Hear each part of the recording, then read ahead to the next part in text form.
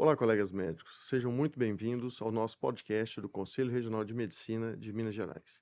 Eu sou Marcelo Berciani, conselheiro e corregedor do Conselho, e hoje nós vamos abordar alguns temas referentes às nossas atividades cotidianas e que são fontes frequentes de questionamentos e até mesmo desconforto. Afinal, a quem recorrer quando existe uma dúvida sobre o exercício ético da medicina. Certamente ninguém se sente confortável nessa situação e, para desvendar esse universo, convidei um time de peso para participar desse debate.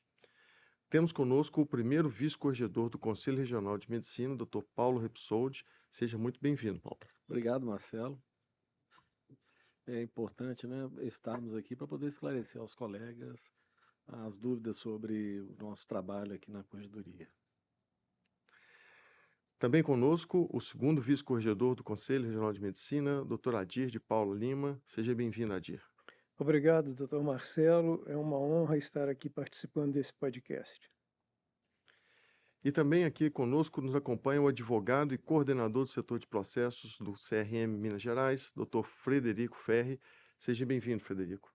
Obrigado, Marcelo. É uma satisfação muito grande poder estar aqui hoje para discutir um assunto tão importante, né? Um dos papéis desempenhados pelo Conselho Regional de Medicina.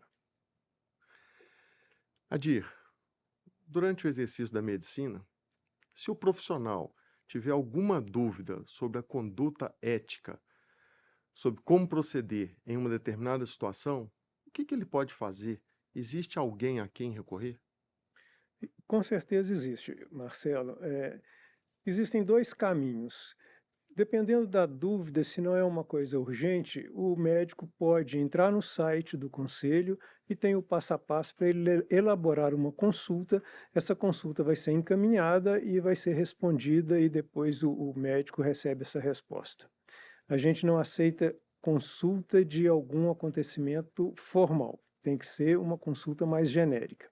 Alguma dúvida mais de urgência, o médico pode recorrer a um conselheiro para esclarecimento. Faz contato com a secretária da diretoria do conselho, essa secretária encaminha para um conselheiro que vai atender o médico via telefone.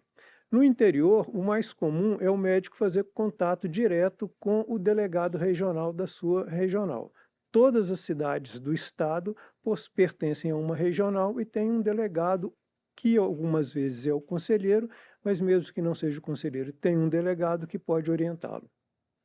Explica melhor um pouquinho essa questão da consulta.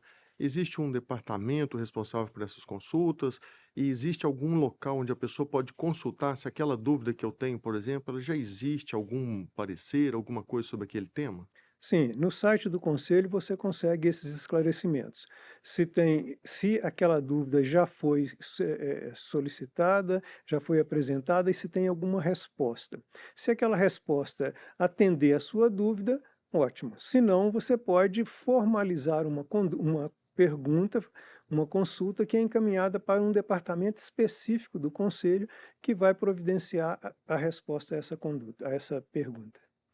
Paulo, nesse contexto que a Adir comentou, explica um pouco mais como é que é feito essa avaliação quando tem esse questionamento, ele chega no conselho, como é que é feito esse processo ali dessa elucidação, desse parecer?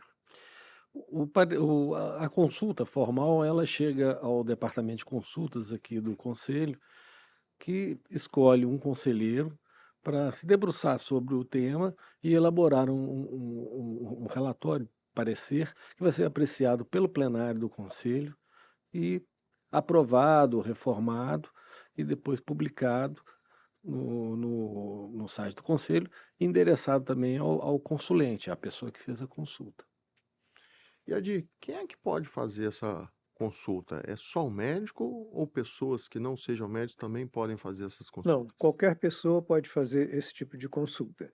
Médico ou quem não é médico, qualquer profissional, qualquer serviço público, quem quiser fazer uma consulta ao conselho, o conselho está aberto a essa possibilidade. Paulo, o Adir comentou que essas consultas elas têm que ser feitas de uma forma relativas a um caso, obviamente um caso de fundo, porém elas não podem identificar, não pode ser um caso concreto. Ela tem que ser um caso em abstrato, de uma forma impessoal. Aí eu te pergunto, como que pode ser feito ou o que pode ser feito quando houver um caso concreto? Quando houver um caso concreto, é uma denúncia e o conselho, ele tem por obrigação apurar qualquer tipo de denúncia de possível infração ética. Então, haverá abertura de uma sindicância para apurar isso. Entendi. E essa sindicância, o que que é uma sindicância? A sindicância, ela é um procedimento, digamos assim, investigativo, como tem um inquérito policial na área policial, aqui nós temos essa investigação prévia para apurar o fato narrado e verificar se há indícios de que possa realmente ter ocorrido alguma infração. Se não houver indícios,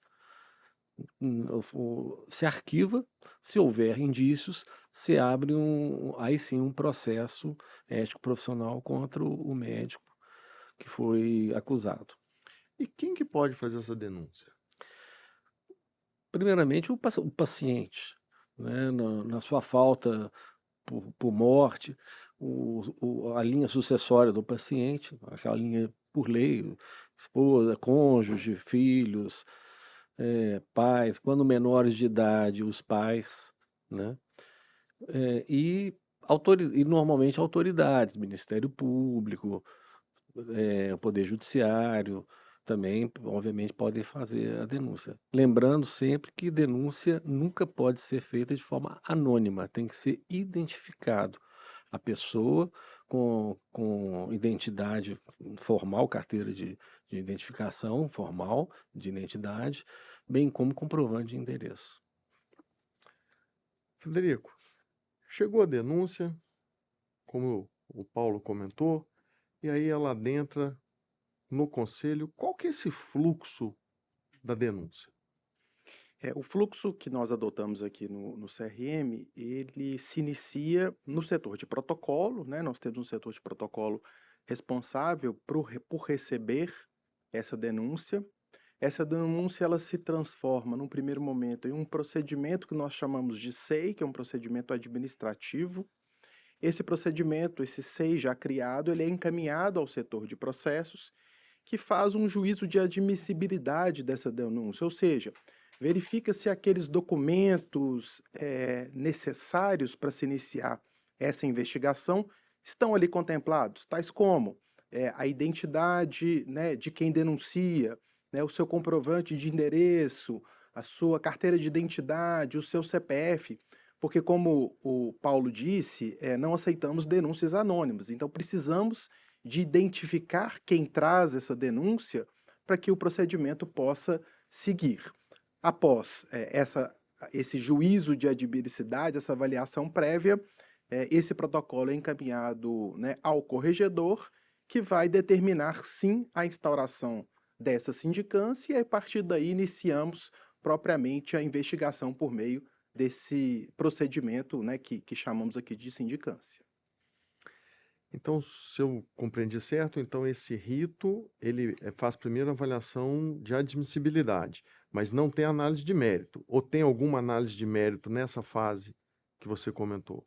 Nesse primeiro momento, não. Nesse primeiro momento, a gente avalia se essas condições necessárias, né, para a identificação do denunciante, né, dos fatos que são trazidos, ela permite que o conselho inicie essa investigação, né? A partir do momento em que esses requisitos estão preenchidos, aí sim é encaminhado para que o corregedor instaure o processo, momento a partir do qual essa investigação é feita de uma maneira mais detalhada, entrando propriamente na avaliação do fato, né, da conduta do médico ou dos médicos eventualmente envolvidos naqueles fatos ali narrados pelo denunciante.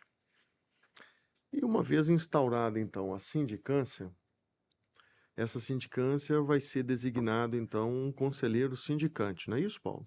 Exatamente. A partir do momento, como o Frederico colocou, a admissão da denúncia, da manifestação de denúncia, indo para o corregedor, ele determina a instauração da sindicância e há, pela corregedoria, a nomeação de um dos conselheiros, dos 42 conselheiros, para se debruçar sobre aquele procedimento, sobre os fatos, ouvir uma manifestação do médico ou dos médicos acusados e apurar tudo que foi colocado na denúncia e apresentar um relatório com um juízo de valor de arquivar quando não há indícios de infração e quando há indícios de possível infração, propor ao plenário, à Câmara, ao plenário, a instauração de um processo, aí sim, um processo ético profissional.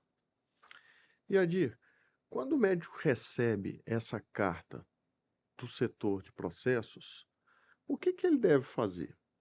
Primeiramente, ele deve entrar em contato com o setor de processos que dá os esclarecimentos para ele seguir. Essa carta que está notificando essa instauração da sindicância vai solicitar geralmente ao médico que ele apresente um esclarecimento.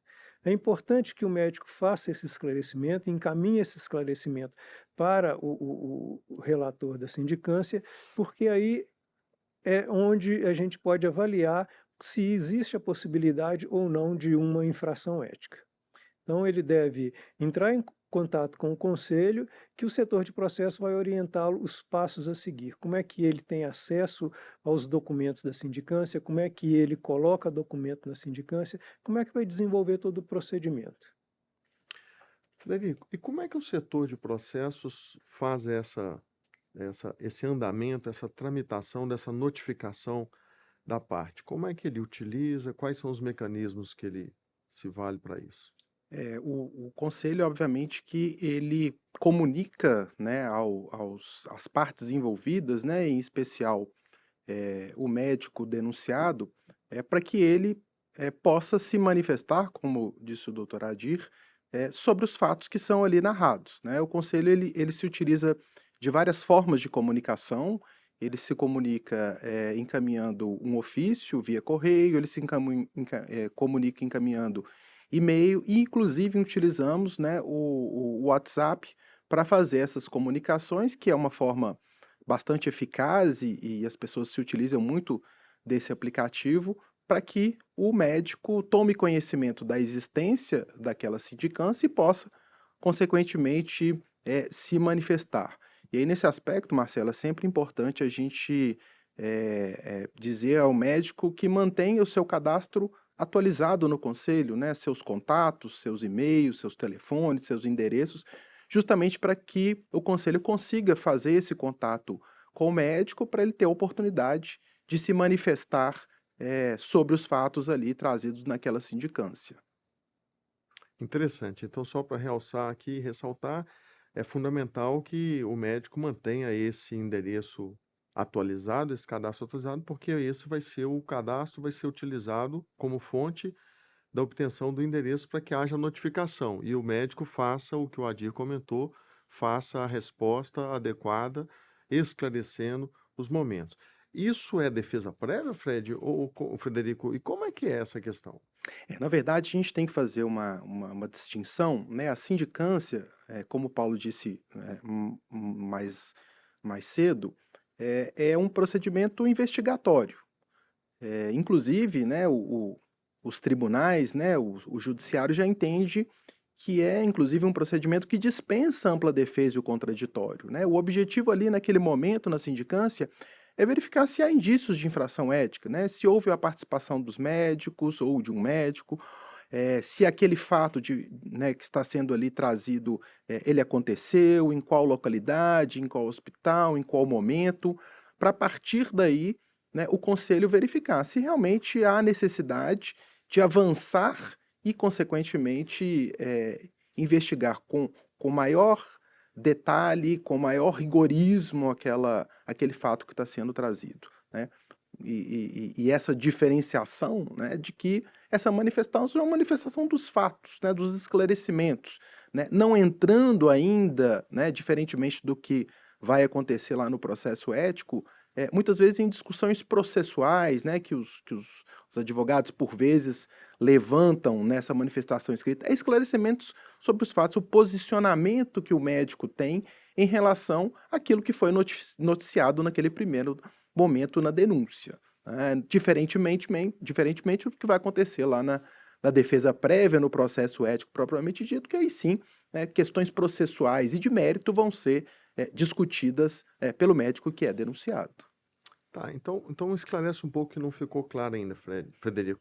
É, quais são os princípios que regem, então, essa etapa da sindicância ainda, onde está fazendo, então, uma avaliação, buscando identificar a autoria e materialidade dos fatos?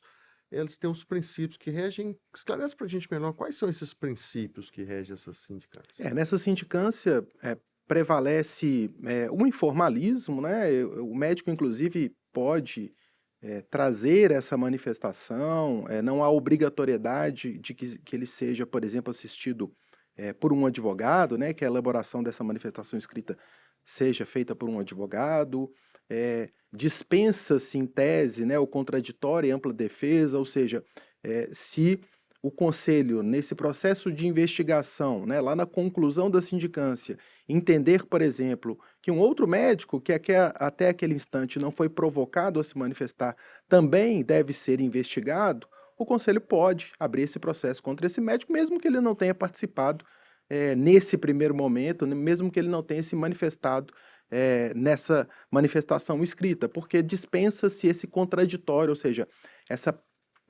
obrigatoriedade de se defender dos fatos, né? É um processo mais informal, um processo mais célere, né? Porque o objetivo, e é bom a gente sempre deixar isso muito claro, é verificar se há essa materialidade se há essa autoria. Não se detalha, não se produz provas como acontece ou como vai acontecer no processo ético propriamente dito. Ok. Paulo, o Frederico comentou alguma coisa sobre a questão da defesa, de como é feita essa defesa e tal. O médico, obrigatoriamente, se o médico optar por ele mesmo fazer a sua defesa, pode, é aconselhável? Como é que fica essa questão na fase da sindicância? Perdão, não é a defesa, quando ele presta os esclarecimentos nessa fase. Não tem obrigatoriedade nenhuma de ser assistido por um procurador, um advogado, ele pode fazer a sua manifestação, que é escrita, e foi informal, mas tem que fazer escrita dentro do prazo que o conselho deu.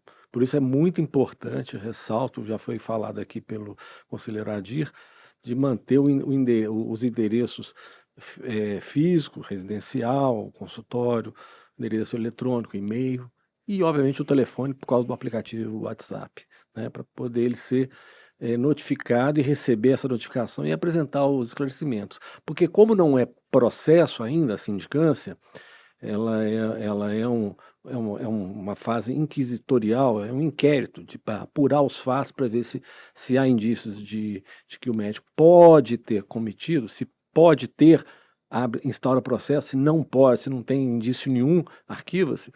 Não é defesa. Então,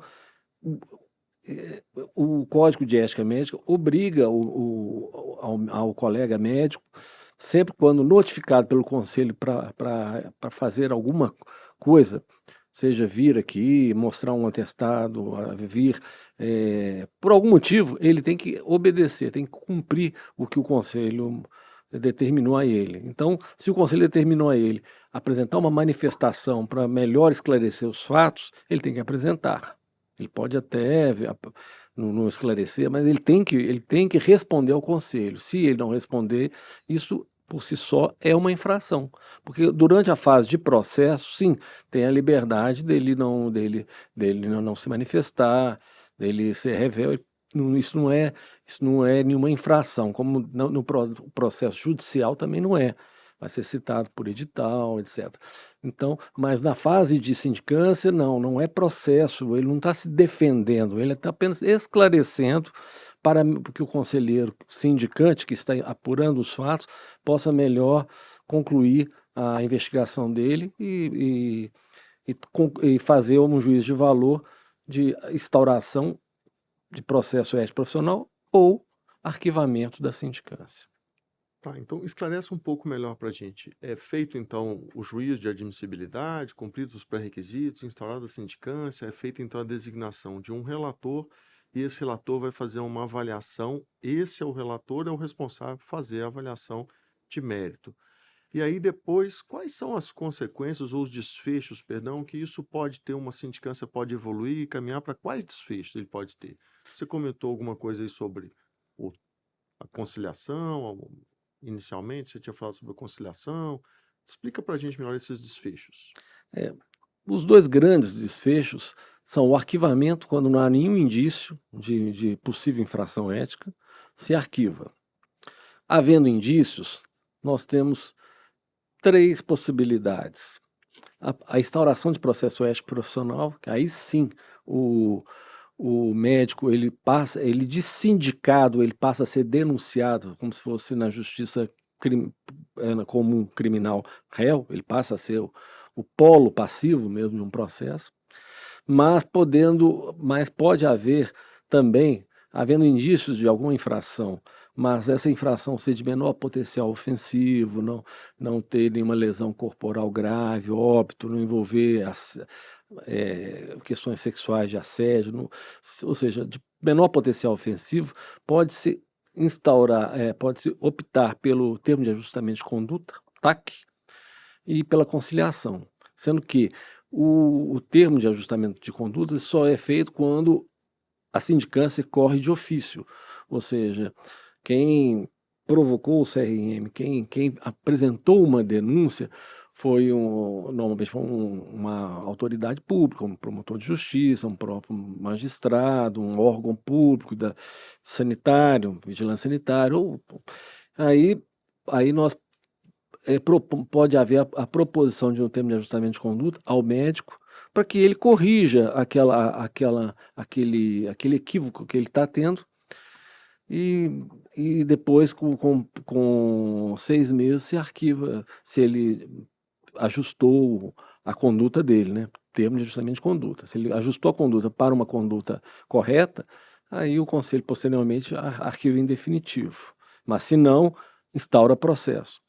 E a conciliação, quando há realmente um denunciante, uma pessoa denunciante, uma pessoa física, muitas vezes é um próprio médico contra outro médico, muitas vezes é paciente, e quando se trata de, às vezes, relação médico-paciente, conflito, discussão, coisas menores, potenciais ofensivos, propõe-se a conciliação para ambas as partes.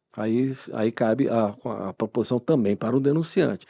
Se ambos aceitarem, aí faz a conciliação. Ok. E é preciso lembrar também que, como você bem pontuou, tem os extremos, né? Você Uhum, tem o arquivamento e a abertura do processo. No meio do caminho nós temos o uhum, TAC, a conciliação, mas existe ainda também a acumulação da interdição cautelar e da questão do procedimento administrativo, uhum. quando são situações que podem ser acumuladas ou isoladas, que isso às vezes pode ser um dos desfechos. Exatamente. Adir, feito então o relatório, o sindicante fez uma proposta de um desses desfechos possíveis. O que é feito com esse relatório? Para onde que ele vai a próxima etapa?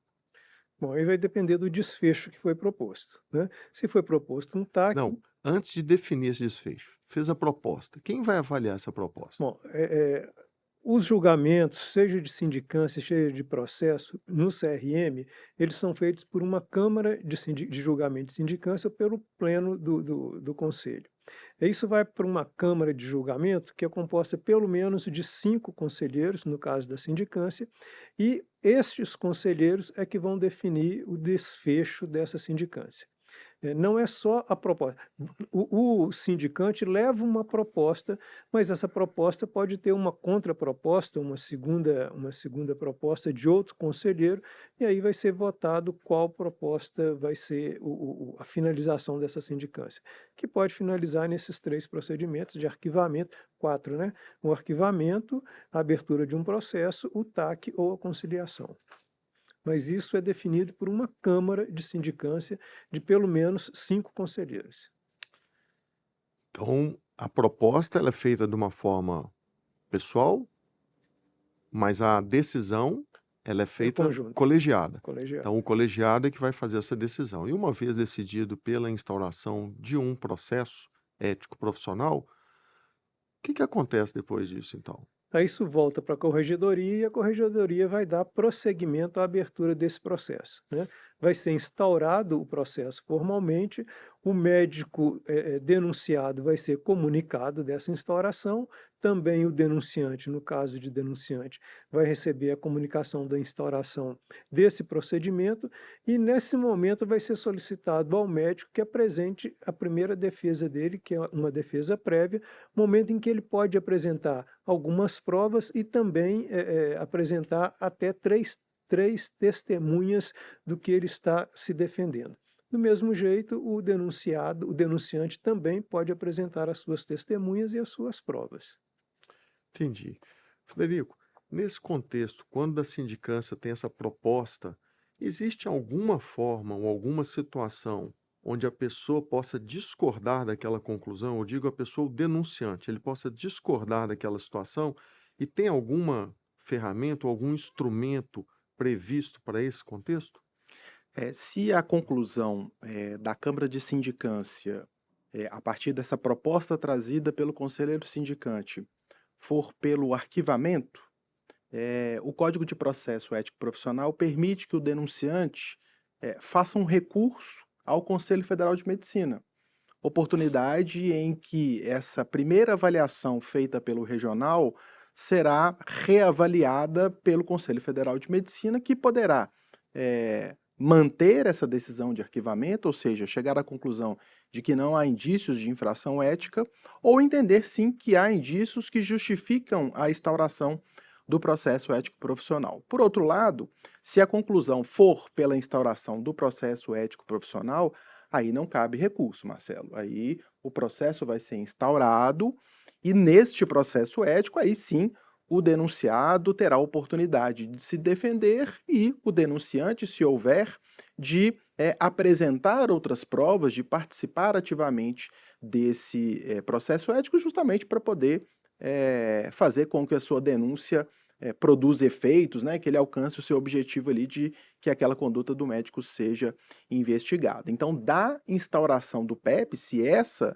a conclusão da Câmara de Sindicância for pela instauração do PEP, não cabe recurso. Iniciamos o processo ético profissional no rito que o doutor Adir disse, né? A designação desse conselheiro instrutor, né? O denunciado ele é citado para apresentar a sua defesa prévia, inicia-se a instrução, ou seja, a busca por outras provas além daquelas que até então foram juntadas à sindicância e agora no processo. Adir, explica um pouco melhor para a gente, que o Frederico agora comentou, você começou o rito ali da questão do processo propriamente dito, e o Frederico agora comentou uma coisa que chama instrução.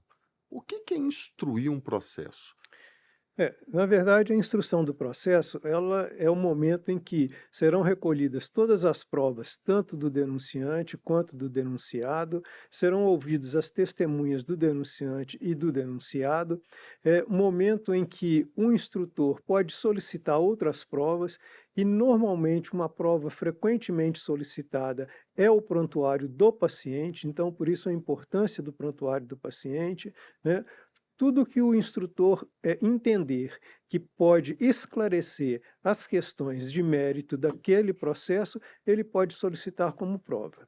Então, a instrução é o momento do recolhimento dessas provas até finalizando com as razões finais ou a defesa final, ou razão final do denunciante e a defesa final do denunciado. Então, se eu entendi certo, esse instrutor, ele tem autonomia para poder conduzir um pouquinho essa investigação no sentido de produzir as provas, mas ele faz análise de mérito? Não, não. O instrutor, a função dele é só conseguir as provas, é só instruir o processo, é só colher os determinantes do processo. Ele não analisa mérito, ele não opina em nada. Ok, então, só para esclarecer, então, lá atrás, voltando um pouquinho para deixar bem claro, a responsabilidade pela instauração de um processo, então, pela decisão final, é É da da Câmara Câmara de de Sindicância, Sindicância. que é um órgão colegiado. E uma Isso. vez instaurado esse processo, ele vai ser Conduzido conduzido pelo pelo instrutor. instrutor. Perfeito. E aí ele pode pedir Pode que pedir o que ele quiser, inclusive ele pode indicar testemunha. ele pode ouvir Ele testemunhas que pode ele que entender ele que sejam entender que necessárias. sejam necessárias. Ah, perfeito. Paulo, e aí eu lhe pergunto, nesse cenário, qual que seria um pouquinho a diferença desses princípios que regem o processo com os princípios que regem a sindicância? O que seriam os princípios principais, centrais de um processo ético profissional?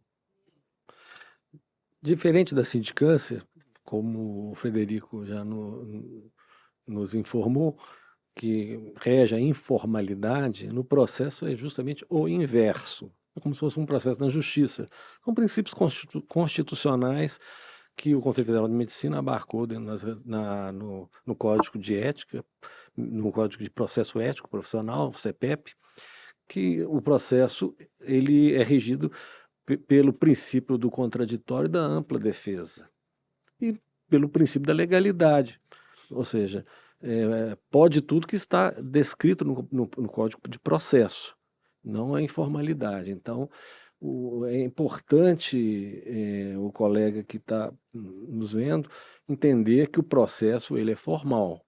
Por isso que muitos médicos, não é obrigatório, mas muitos médicos optam pela defesa qualificada, isso é, a constituição de advogado pela própria formalidade e pelo desconhecimento dele como leigo, né, sobre prazos, sobre como colher provas, como apresentar testemunhas, etc. Frederico, faz uma analogia, você como advogado, faz uma analogia para a gente também em relação a esses princípios que regem os processos éticos profissionais, a sindicância e a esfera judicial. Essa pergunta sua é muito interessante, Marcelo, porque aqueles advogados que atuam, né, nos processos éticos e os médicos também, às vezes tem alguma dificuldade em confundir um pouco, né, o Uhum, que é um processo ético, um processo judicial ou um processo criminal. É óbvio que esses princípios gerais, né, como uhum, o Paulo trouxe, da ampla defesa, do contraditório, do devido processo ser legal, são princípios garantidos em qualquer processo, seja o uhum, ético, seja o judicial, seja o uhum, criminal. Mas a gente tem que ter em mente a todo tempo que os processos éticos têm um rito próprio, que em alguns momentos importam regras dos ritos dos processos judiciais. Mas temos que ter muita atenção em relação a isso, porque em alguns momentos né, a forma como se trata no processo judicial é diferente da forma como se trata no processo ético. Então, é sempre muito importante a leitura do Código de Processo Ético para saber exatamente como é esse rito, né? Eu vou dar um exemplo aqui para ilustrar um pouco isso, fazer essa distinção com o processo judicial. No processo ético, se o denunciado ou o denunciante tem intenção de ouvir uma testemunha, é obrigação dessa parte trazer a sua testemunha. Diferentemente do que acontece, por uhum. exemplo, em alguns processos judiciais, em que o juiz intima a testemunha para que ela participe, para que ela seja ouvida. Então, nos processos éticos, a gente tem algumas distinções em relação aos processos judiciais. Por isso que a leitura atenta do Código de Processo Ético Profissional é tão importante, seja para o médico, seja para o advogado, porque ele entenda que não há sempre uma semelhança entre os dois processos. A partir do momento em que ele adota o rito de um processo judicial que não está contemplado no nosso processo ético, ele pode perder a oportunidade de se defender, ele pode perder a oportunidade de ouvir uma testemunha. Então, essa atenção ao rito, né, à Uhum, formalidade que o Dr. Paulo trouxe, ela é importante nesse aspecto, para entender que é um processo, um procedimento às vezes um pouco diferente da é. justiça. Tem características específicas. Os princípios gerais são mesmos, né? Mas há especificidades, né? O conselho não tem poder de polícia. Eu não posso intimar uma testemunha, uma técnica de enfermagem, um parente de paciente, um familiar. Eu não posso. Podemos até notificar, pedir a presença, claro, a gente sempre faz isso. Mas se a pessoa não quiser vir, nós não temos esse poder de polícia que um juiz de direito, um magistrado, um juiz togado tem, né? Apenas com os médicos, quando testemunhas, eles, como eu já disse aqui, eles têm a obrigação de atender o que o conselho solicita. Claro que se não puder atender e houver uma justificativa adequada, óbvio que isso é aceito, mas, de modo geral, só os médicos que nós temos um Mas, poder, um certo mas, poder, mas mesmo assim não é um poder de polícia. mas isso que eu queria entender, eu não entendi. O conselho tem ou não tem poder de polícia, Frederico? O poder de polícia para exigir a presença da testemunha, ele não tem. Se a testemunha é um médico, por conta dessa obrigação e dessa subordinação às regras do conselho, ele deve comparecer. Uhum, Agora, se é uma testemunha não médico, cabe às partes, né? Na verdade, em todas as hipóteses, cabe uhum, às partes trazerem essas testemunhas, né? É. O que pode, por exemplo, né, igual a hipótese que o doutor Adir trouxe, né, de uma testemunha da instrução, ou seja, o instrutor entende que aquela testemunha é importante, ela deve ser ouvida, e se essa testemunha é médico, aí sim a iniciativa para chamá-la é do conselho. é, E se essa testemunha de fato é um médico, ela tem a obrigação de comparecer, né? é, Mas se é uma testemunha, por exemplo, não médica e o conselho a comunica, em princípio ela não tem esse dever de comparecimento, já que o conselho não tem esse poder de polícia que, por exemplo, o juiz tem, é, né? É importante, às vezes, para a investigação que se faz ali, mas obrigatoriedade do comparecimento não há, à exceção do médico. Esse é, sim tem e- que comparecer, se intimado pelo conselho, especialmente nessa condição é, de testemunha da instrução. Ou seja, ele está ali agindo a pedido do conselho para esclarecer um fato objeto de investigação naquele processo. exatamente. E o poder de polícia, ele é um poder do magistrado mesmo, ou seja, se a testemunha não vier, ela vem sob força, como se falava antigamente, sob vara, sob força policial. Por isso que chama poder de polícia. O conselho não tem poder de polícia, mesmo com o médico, ele tem o poder de processá-lo, né? Inclusive o dever, a obrigação, caso o médico não atenda o que foi requisitado pelo conselho, mas ele não tem, o conselho não tem poder de polícia. Eu não posso pegar um oficial de justiça com a força policial e trazer o médico à força. Esse fato é bem claro, mas o médico, se não cumprir, ele vai ser sancionado, né? Ele vai ter que responder um processo justificando, e se não houver uma justificativa adequada, pode ser condenado. Então é importante ressaltar e deixar claro que o médico existe algumas excepcionalidades na seguinte situação: desde que haja uma justificativa plausível, ele Uhum, pode justificar o seu claro, comparecimento e claro, solicitar a remarcação, o claro. adiamento Como daquilo na que você. justiça comum, inclusive Ah, com o juiz togado, a testemunha, estou doente, estou viajando, né, estou a trabalho em outro país, né, qualquer justificativa plausível, né? ótimo. E Adi, nós estamos fazendo aqui essa analogia com o judiciário, processo ético profissional. Então, me explica uma coisa: se o médico, como já foi dito, ele pode haver processos na instância judicial e na instância ética.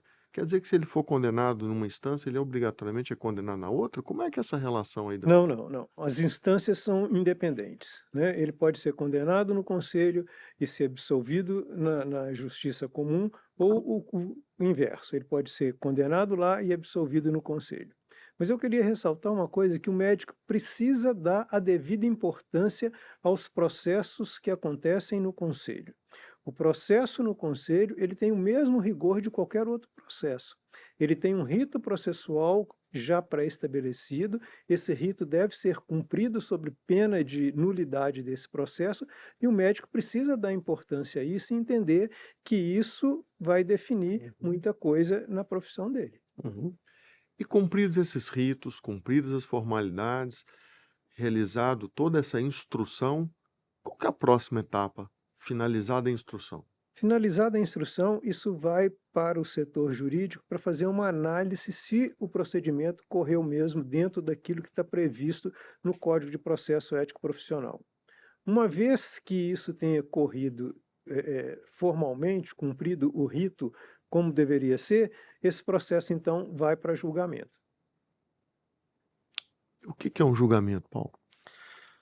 Julgamento Como é que ele se dá, esse julgamento? julgamento é quando o processo ético profissional termina, ele aí vai ser julgado, termina a instrução do processo ético profissional, aí ele vai para julgamento. E o julgamento se dá num plenário. É importante frisar, aqui no conselho, ou qualquer conselho de medicina, seja o federal e os regionais, não há decisão, julgamento, seja na sindicância, no processo ético profissional, inclusive nos pareceres, monocrático. Não há uma decisão individual. Um parecer não é do conselheiro A ou B. Um relatório, uma decisão por instauração de um processo, não é do conselheiro A ou B.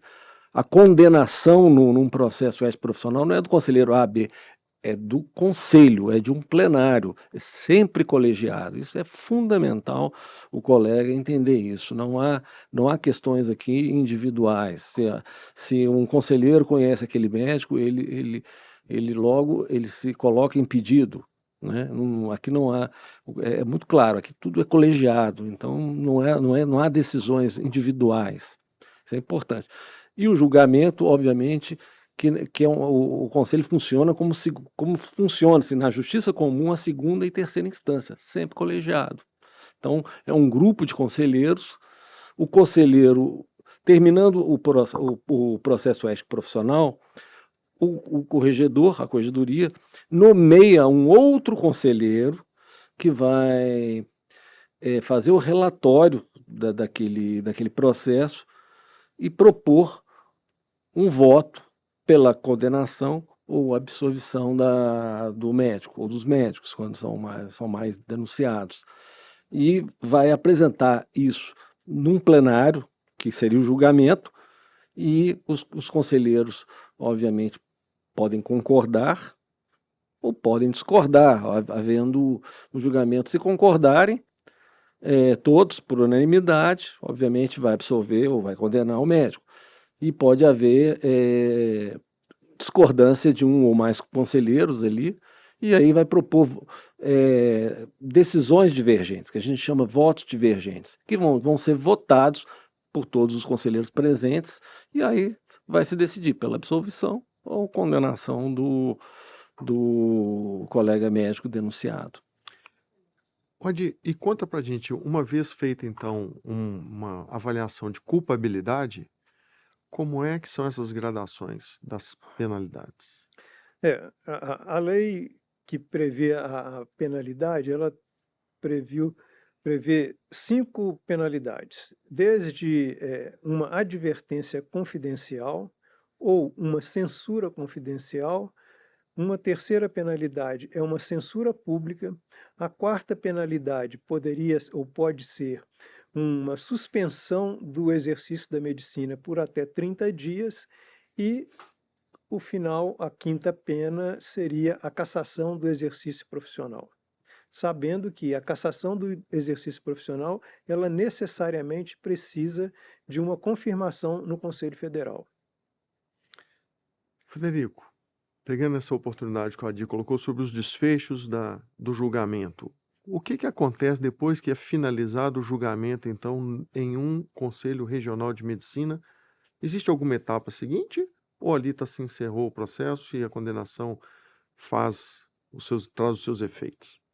Dessa decisão colegiada, né, do plenário do regional, seja um resultado, né, de absolvição, seja um resultado pela culpabilidade do médico, há a possibilidade, né, das partes, aquelas que se sentirem insatisfeitas com o resultado, de recorrerem dentro de um prazo de 30 dias para o Conselho Federal de Medicina. O Conselho Federal de Medicina é a segunda instância, ou seja, aquela mesma oportunidade, né, que o denunciante lá na sindicância tem diante do arquivamento de recorrer, agora as partes também têm, né, no processo ético profissional, de recorrer ao Conselho Federal de Medicina, ou seja, de devolver a avaliação daquele fato para um outro órgão colegiado da mesma forma, né, assim como no regional, né, no estado.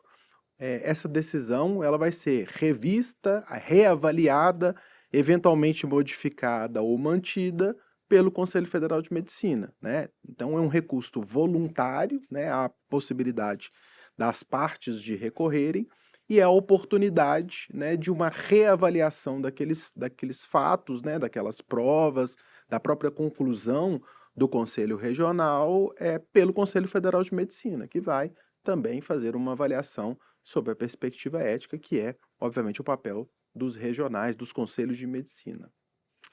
Não tenho dúvida que o tema é amplo, mas o tempo é exíguo.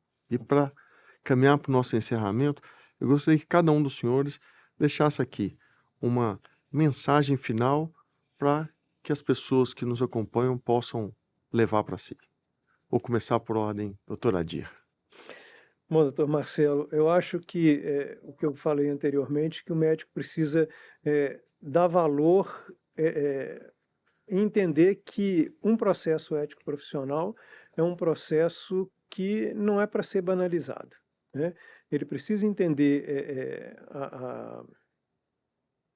o que é complicado do processo e entender que aquilo é de grande responsabilidade, tanto do conselho e que pode trazer uma consequência, às vezes, séria para ele.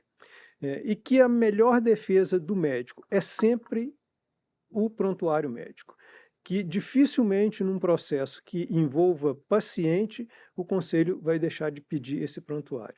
E é ali que está a defesa do médico quando esse prontuário foi bem elaborado. Paulo?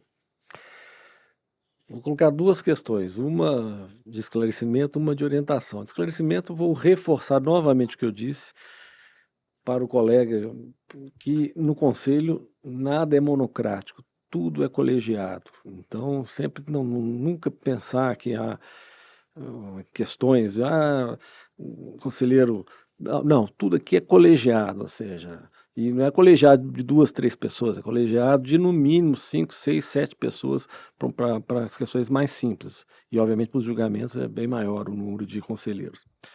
Então, esse esclarecimento. E a orientação, novamente, também falar novamente, o médico tem a obrigação, não é dever, não, é obrigação de manter o seu endereço atualizado, seja endereço físico, consultório, residência, local de trabalho, seja os seus endereços eletrônicos, e-mail e telefone, né, celular, com um aplicativo WhatsApp, para que ele não perca a oportunidade e tenha que responder, às vezes, a algum processo, alguma questão, por apenas distração, esquecimento de ter o seu endereçamento não atualizado. Então é importante isso, não esqueçam.